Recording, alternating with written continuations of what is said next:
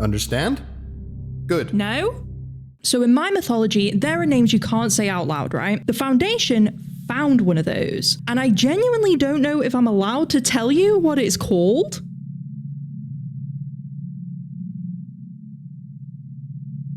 So we can't say the name, we can't write it. The Foundation just put Morse code where the name goes in the actual file. That's the containment. And TheVolgun is gonna narrate that file to us. So, you know, hit play with me. Carefully. Hello, everyone. Hello. My name is Dr. Miller, and today is going to be a different kind of lecture. Anything you glean from it cannot be written down or discussed, starting now. Wait, what? We're going to be studying an SCP today, and so you understand the exact number I'm referring to, I'm going to send it in Morse code. It was Morse code.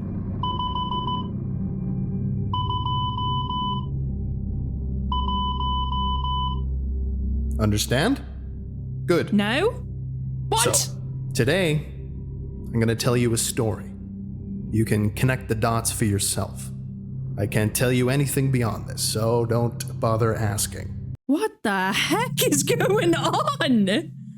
What name was it again? Can you repeat that? You all ready? Okay. Also, I'm going to be using background music. All right. Set the mood. Once upon a time, in the magical land of Foundariel, there was a little boy called Tiberius. What is going on here? Why are we getting a fairy tale? I don't understand. There was a little boy called Tiberius who lived in a castle. Tiberius was a bit of an outcast.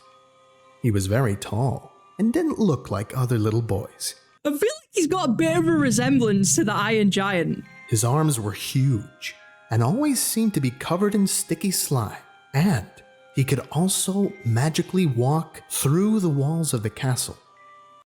What? I think he looks like Iron Giant. Bro, that movie was crazy. You gotta watch it if you've not seen it. It's such a banger old movie. As a result of this, he mostly just hid away in his room and never wanted to come out. But there were some things that would pique his attention. You see, Tiberius was a very curious boy. Anytime anyone spoke or wrote about him, he would come and visit them and sometimes invite them back to his room so they could find out more about him. I don't think that's a friendly invite. This sounds ominous. But only the rulers of the land and the people on the 4th floor of the castle even knew about Tiberius. I'm guessing that's the SCP Foundation, right? I think he's referring to the SCP Foundation there. Nobody else was deemed important enough. So, time went on, and the king grew curious. In secret, the king ordered the people on the 4th floor to find out more about Tiberius. They gathered 2 domestic servants and sent them to the cellar and ordered them to perform simple tasks to find out more about their friend, Tiberius. The first servant, David, was given a piece of parchment and asked to write down what he saw on the wall next to him, which happened to be a drawing of Tiberius. Wait, that's D-class personnel. I thought that was going to be researchers. Okay, very interesting. Midway through writing, David heard something behind him. He turned around and was shocked to see Tiberius standing right in front of him. Wait, this guy's just like lurking. He's standing there menacingly. Tiberius looked happy that someone was writing about him. So much so that he grabbed the piece of parchment, and as quick as he grabbed it, he disappeared, presumably right back to his room. Wait, is he stealing any information that is written down about him, maybe? David was scared, as he'd never seen anything quite like that before, and had to visit the castle apothecary to receive a memory-erasing potion. Because of this task, the king knew that he couldn't let anyone else see this drawing, because not everyone would want Tiberius stealing their parchments.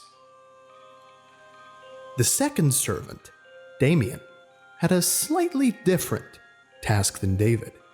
he was to look at the same picture, but instead of writing down what he saw, he was ordered to talk about it out loud, just like before. Midway through speaking, before Damien even got a chance to turn around, Tiberius magically appeared, grabbed Damien, and with a giggle and a smile, vanished, taking Damien with him, presumably back to his room. I hate it. What the hell? After this task, it is rumored that Damien went to live with Tiberius because no one ever saw him again.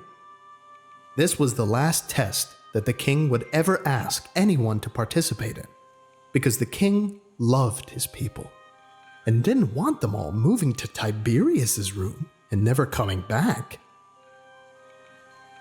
In the end, it seemed like Tiberius was just lonely and wanted some friends, and after the king's tasks, it seemed he had a friend. I don't know if they're friends. I don't know if they're friends.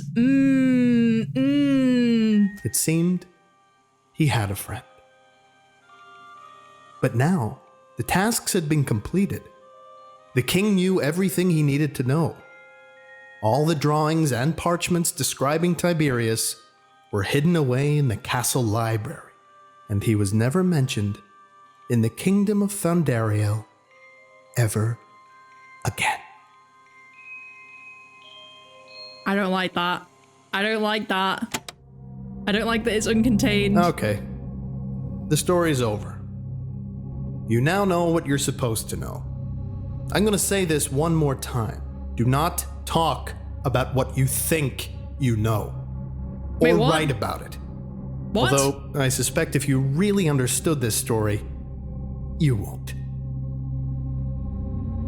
Thank you all for listening, and you are all dismissed. I'm in danger! What by the way, you have homework. I want to see some drawings next time you come in here of what we just talked about, okay? Thank you. Okay, go away. I'm done. You can't leave me like this. Are you kidding me? Dude, I actually love that there's no text on this one. Like, that's a really nice touch. Love it. 10 out of 10. This is my favorite Volgun video so far. What wild SCP.